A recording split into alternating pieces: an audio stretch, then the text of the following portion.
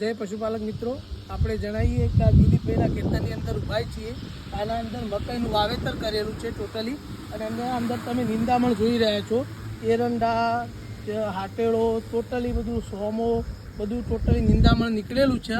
અને આના અંદર ડીઆર્ટ કંપનીની જાડો કરીને આ ડ્રોન દ્વારા અલ્પેશભાઈ દ્વારા દવાનો છંટકાવ કરવામાં આવશે. અને આ ટોટલી નિંદામણનો 2 દિવસની અંદર નાશ થઈ જશે અને આ નિંદામણ મુક્ત ખેતર થશે અને મકાઈનું સારું એવું ઉત્પાદન થશે.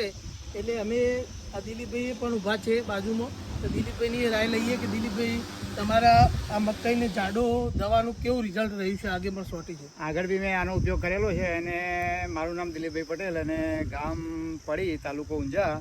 આગળ બી આ રીતે મેં દવા છંટકાવ કરેલો હતો, પણ એમાં આપણે એટ્રાજીન છાંટીએ તો પત્તાવાળું જાય, અને માની લો પેલી બીજી દવા છાંટીએ આપણે 5 અઠવાડિયાની તો પેલું રહી જાય. પણ આ વખતે અમે એવું કર્યું કે મકાઈ સિવાય બાકીની બધી જ નિંદામણનો નાશ થઈ જાય, એના માટે અમે આ દવા લાવ્યા છીએ.